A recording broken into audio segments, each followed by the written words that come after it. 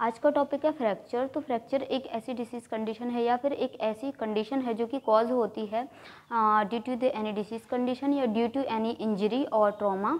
तो फ्रैक्चर में क्या होता है, बोन का ब्रेकेज हो जाता है, यानी कि बोन जो है टूट जाती है, या फिर किसी भी तरह के जो प्रेशर है, बहुत एक्सट्रीमली जो प्रेशर है अगर बोन पे पड़ता है जो कि बोन वियर नहीं कर पाती, यानी कि बोन की इतनी क्षमता नहीं है कि वो इतना प्रेशर वियर कर पाए, उसकी वजह से क्या हो जाता है, बोन में जो ब्रेकेज आते हैं उन ब्रेकेज को या ब्रेकडाउन ऑफ बोन को हम कहते हैं फ्रैक्चर। तो फ्रैक्चर में नेक्स्ट जानेंगे कि इसके कॉजेज़ क्या क्या हो सकते हैं। तो फ्रैक्चर की कॉजेज़ एक्सट्रीम प्रेशर की वजह से फ्रैक्चर हो सकता है, या फिर किसी डिसीज़ कंडीशन की वजह से हो सकता है, या फिर जो भी इंजरी है, ट्रॉमा है, जो सीवियर इंजरी हुई है, सीवियर इंजरी डायरेक्ट इंजरी हुई है या फिर इनडायरेक्ट हुआ है, जो फोर्स मिला है बोन पर, तो उसकी वजह से क्या है, फ्रैक्चर की कंडीशन कॉज हुई है। इसके अलावा अनदर कंडीशन हो सकती है, जैसे बोन से रिलेटेड डिसीज़ है कोई भी, तो मस्कुलोस्केलेटल जो डिसीज़ कंडीशन है, इसकी वजह से क्या हो सकता है, फ्रैक्चर की कंडीशन कॉज हो सकती है। इसके अलावा कोई भी मेटाबॉलिक डिसऑर्डर है जिसकी वजह से भी जो फ्रैक्चर की कंडीशन है, जो डिसीज़ कंडीशन है, वो कॉज हो सकती है। इसके अलावा जैसे कि बोन है, तो वीक बोन है, या फिर जो बोन की डिसीज़ जैसे कि ऑस्टियोपोरोसिस है या ऑस्टियोमलेशिया है, तो ऐसी जो बोन की डिसीजेस हैं इनकी वजह से क्या हो सकता है, जो फ्रैक्चर की कंडीशन है वो कॉज हो सकती है।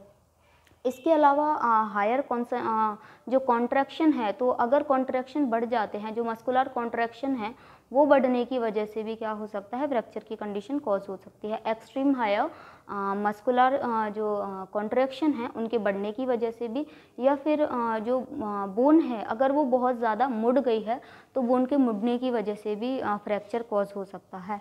नेक्स्ट बात करेंगे सिम्टम्स के बारे में। तो फ्रैक्चर की कंडीशन में जो सिम्टम्स हैं वहाँ, तो फ्रैक्चर के एरिया में पेन होगा बहुत ज़्यादा, पेन के अलावा रेडनेस रहेगी, स्वेलिंग रहेगी, और जो मूवेबिलिटी है, यानी कि जो पेशेंट है वो अपने जो एक्सट्रीमिटी हैं उनको क्या मूव नहीं कर पाएंगे, जो भी फ्रैक्चर्ड एरिया है उसको मूव नहीं कर पाएंगे, मूव करने में प्रॉब्लम होगा।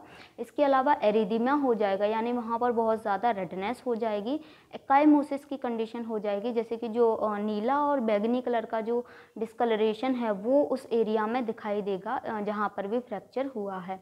इसके अलावा पेशेंट को बहुत ज़्यादा इरिटेशन रहेगी, और साथ ही साथ पेशेंट को बहुत ज़्यादा जो है एंजाइटी रहेगी, फियर रहेगा। तो ये सारे सिम्टम पेशेंट के अंदर शो होते हैं जिस किसी को भी फ्रैक्चर की कंडीशन कॉज होती है। नेक्स्ट डायग्नोसिस के बारे में बात करेंगे। तो डायग्नोसिस में हिस्ट्री टेकिंग, फिजिकल एग्जामिनेशन कर सकते हैं।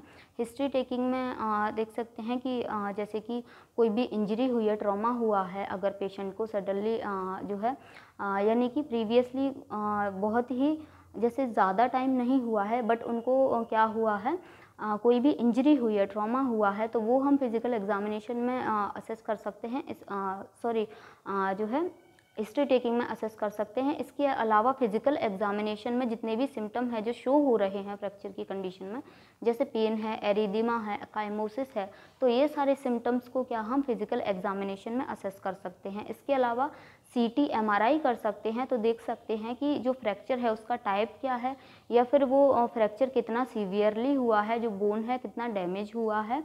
तो ये सारी कंडीशन को हम सीटी, एमआरआई या फिर एक्सरे में देख सकते हैं। इसके अलावा सीबीसी करवा सकते हैं। सीबीसी में अनदर फैक्टर के बारे में जान सकते हैं कि जो है ये जो फ्रैक्चर की कंडीशन है उसमें ब्लड टेस्ट भी करवा सकते हैं। नेक्स्ट बात करेंगे इसकी मैनेजमेंट के बारे में।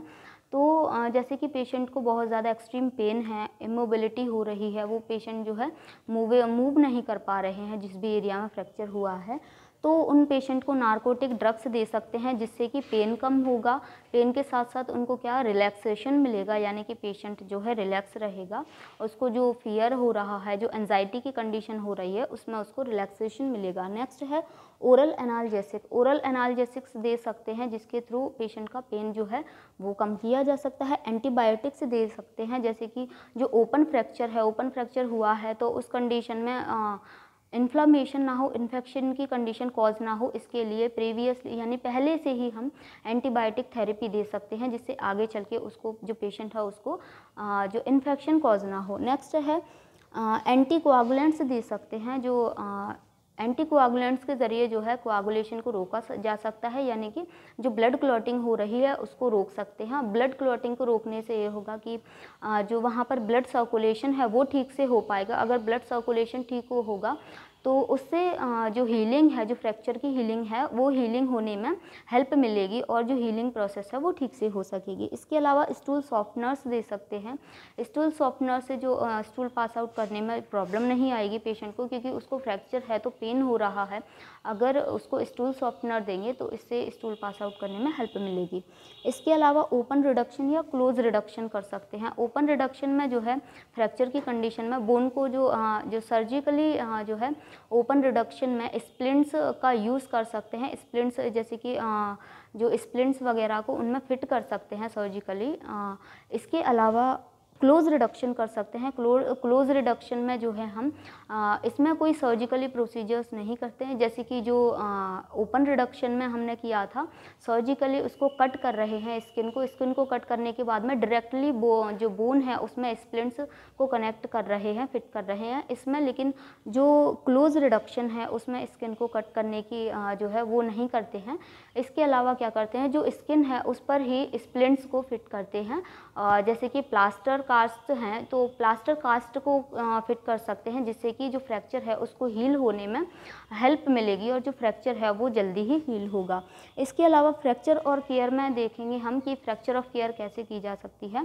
कि फ्रैक्चर की कंडीशन में पेशेंट का जो एरिया है वो फ्रैक्चर्ड हुआ है उसको मूव नहीं करेंगे, उस एरिया को एज इट इज रहेंगे, यानी कि जैसा उसको फ्रैक्चर हुआ है उसको वैसा कि वैसा उस एरिया को रखेंगे, उसको मूव नहीं करेंगे, जिससे कि जो फ्रैक्चर हुआ है, जो बोन टूटी है वो ज़्यादा जो है मूवेबल ना हो और ज़्यादा उस जो पेशेंट है उसको ज़्यादा पेन ना हो, ज़्यादा इरिटेशन ना हो। इसके अलावा अगर वहाँ पर ब्लीडिंग हो रही है तो ब्लीडिंग को रोकने की कोशिश करेंगे, जिससे कि पेशेंट जो है उसको ब्लीडिंग ज़्यादा ना हो, इससे कि उसको जो शॉक की कंडीशन कॉज ना हो। अगर सीवियरली ब्लीडिंग हो जाती है तो पेशेंट में जो है शॉक की कंडीशन देखी जा सकती है। इसके अलावा पेशेंट को हॉस्पिटलाइज्ड करेंगे, जितनी जल्दी हो सके उसको हॉस्पिटलाइज्ड करेंगे और उसको जो है फ्लूइड थेरेपी देंगे, जिससे कि उसका डिहाइड्रेशन अगर जैसे कि उसका हाइड्रेशन लेवल वो ठीक रह सके और उसको डिहाइड्रेशन कॉज ना हो।